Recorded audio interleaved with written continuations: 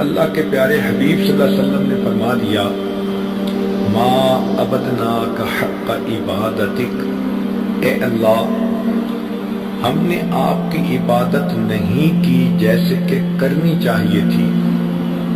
تو دنیا کا کون انسان ہے جو یہ سوچے کہ میں نے تو عبادت کا حق ادا کر دیا؟ اس لیے اخلاص کی کمی پر تو سب کو توبہ کرنی چاہیے۔ معلوم ہوا کہ نیک ہو یا برا ہو، ہر بندے کو اپنے حال کے مناسب توبہ کرنی چاہیے۔ یہاں ایک سوال پیدا ہوتا ہے کہ بعض گناہ ایسے ہوتے ہیں کہ کوشش کے باوجود نہیں چھوٹتے۔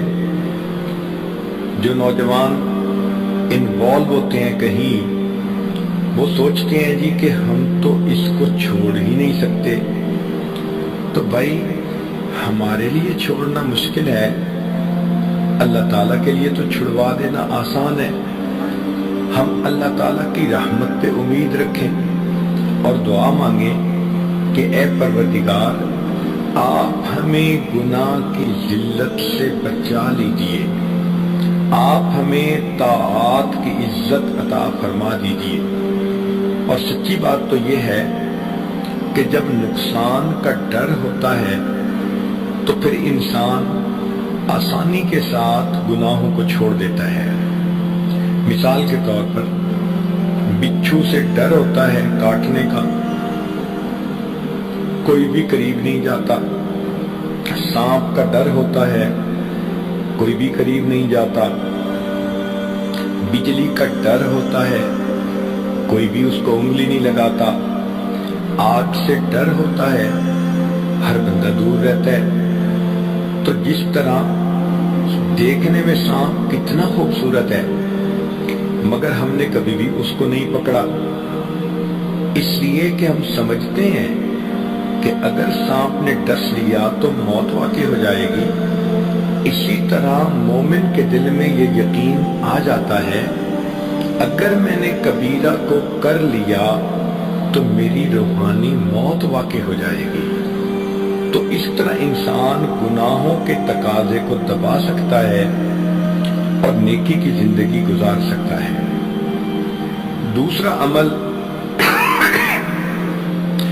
جس سے کہ انسان کے گناہ معاف ہوتے ہیں اس کو کہتے ہیں الاستغفار، کہ انسان اپنے گناہوں پہ نادم ہو۔ جتنا استغفار کرے گا اتنا گناہ زیادہ بخشے جائیں گے۔ یہ استغفار اللہ رب العزت کو بڑا محبوب اور اس کی وجہ سے انسان کو بڑی نعمتیں ملتی ہیں۔ چنانچہ سیدنا حسن رضی اللہ تعالیٰ عنہ کے پاس ایک نوجوان آیا، کہنے لگا حضرت میں بڑا گناہگار ہوں، کوئی عمل بتا دیجئے۔ فرمایا استغفار کرو۔ ایک نوجوان آیا، حضرت عرصے سے بارش نہیں ہوئی، کوئی عمل بتا دیجئے۔ فرمایا استغفار کرو۔ ایک تیسرا نوجوان آیا، حضرت میں بڑا غریب ہوں، رزق کی تنگی ہے، کوئی عمل بتا دیجئے۔ فرمایا استغفار کرو۔ ایک نوجوان آیا، میں بے اولاد ہوں، دعا کیجئے کہ مجھے اولاد نرینہ مل جائے۔ فرمایا استغفار کرو۔ ایک نوجوان آیا کہ جی میرا باغ ہے، دعا کیجئے کہ پھل اچھا ملے۔ فرمایا استغفار کرو۔ ایک آدمی آیا، دعا کیجئے کہ میرے گھر سے پانی کا کنواں نکل آئے، چشمہ نکل آئے۔ فرمایا استغفار کرو۔ سننے والا حیران کہ ہر بندے نے مختلف تقاضا سامنے رکھا مگر حضرت نے عمل ایک ہی بتایا۔ تو پوچھا اس نے کہ حضرت یہ کیا کہ ہر کام کے جواب میں آپ نے استغفار ہی بتایا؟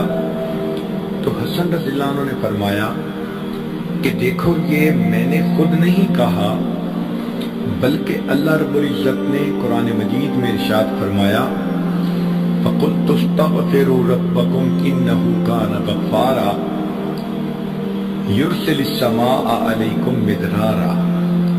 تو دیکھیے گناہ بھی معاف ہوتے ہیں، استغفار سے بارشیں بھی نازل ہوتی ہیں۔ وَيُمْدِدْكُمْ بِأَمْوَالٍ، اللہ مال کے ذریعے مدد کرتے ہیں تو غربت بھی ختم ہوتی ہے۔ وَبَنِينَ، اور اللہ تعالیٰ بیٹے بھی عطا کرتے ہیں تو بے اولاد لوگوں کو اللہ تعالیٰ استغفار کرنے کی وجہ سے اولاد نرینہ بھی عطا فرماتے ہیں۔ وَيَجْعَلْ لَكُمْ جَنَّاتٍ، اور اللہ تعالیٰ پھل بھی عطا فرما دیتے ہیں، کاروبار میں برکت اور پروفٹ دے دیتے ہیں۔ وَيَجْعَلْ لَكُمْ أَنْهَارًا، اور اللہ تعالیٰ چشمے اور نہریں بھی جاری فرما دیتے ہیں۔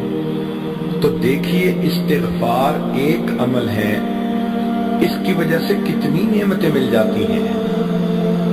تو اگر عورتیں استغفار کی کثرت کر لیں تو ان کو تعویذوں کی ضرورت ہی نہیں پڑے گی، عملیات والے کے پاس جانے کی ضرورت ہی نہیں پڑے گی، یہ کہنے کی ضرورت ہی نہیں پڑے گی کسی نے کاروبار باندھ دیا، کسی نے بیٹی کا رشتہ باندھ دیا، بلکہ استغفار کے صدقے اللہ یہ سب نعمتیں عطا فرما دیں گے۔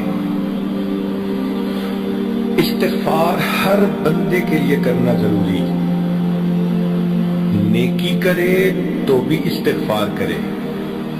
ذرا غور کیجئے کہ نبی علیہ السلام جب وضو فرماتے تھے تو وضو کے بعد استغفار فرماتے تھے، حالانکہ وضو عبادت ہے اور حکم شریعت ہے کہ جو عضو وضو کا دھوتے ہیں اس کے گناہ جھڑ جاتے ہیں، تو گناہ جھڑنے والا عمل ہے، مگر اس کے بعد پھر استغفار کہ وضو کے بعد نبی علیہ السلام پڑھتے تھے اشہد ان لا الہ الا انت استغفرک واتوب الیک۔ نماز کتنی عظیم عبادت ہے کہ جو آدمی پابندی سے نماز پڑھتا ہے اللہ تعالیٰ اس کے گناہ اس طرح مٹاتے ہیں جس طرح 5 مرتبہ غسل کرنے والے کے جسم سے میل مٹا دی جاتی ہے۔ لیکن نماز کے بعد بھی نبی علیہ السلام استغفار فرماتے تھے۔ حدیث پاک میں ہے کہ نبی علیہ السلام جب سلام پھیرتے تو فرماتے اللہ اکبر استغفر اللہ استغفر اللہ استغفر اللہ۔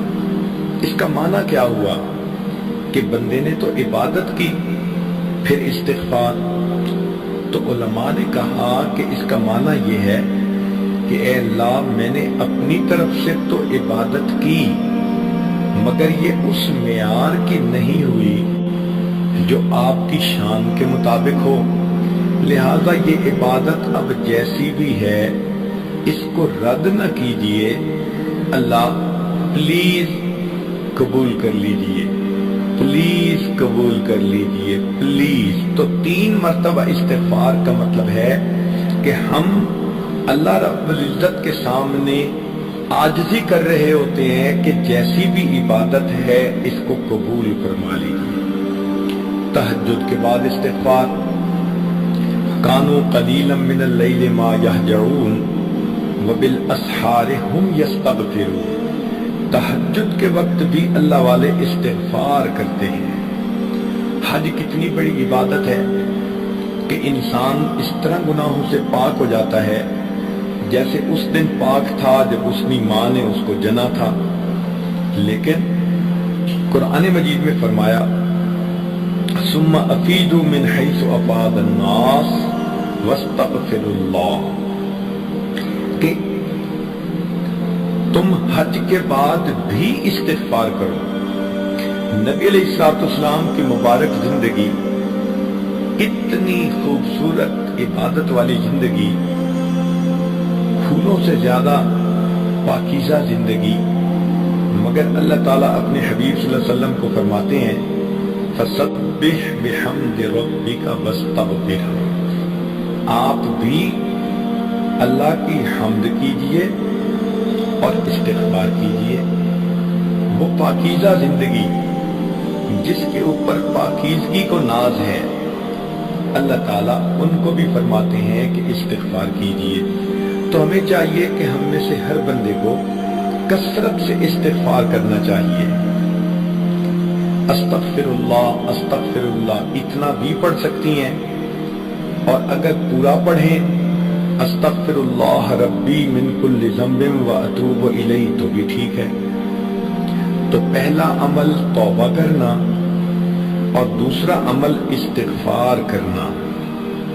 تیسرا عمل الحسنات الماحیہ، کہ انسان جو نیک اعمال کرتا ہے ان کی وجہ سے اس کے گناہ معاف ہو جاتے ہیں، نماز سے گناہ دھل جاتے ہیں، صدقہ خیرات کرنے سے گناہ دھل جاتے ہیں۔ جو بھی انسان نیکیاں کرتا ہے گناہ دھل جاتے ہیں۔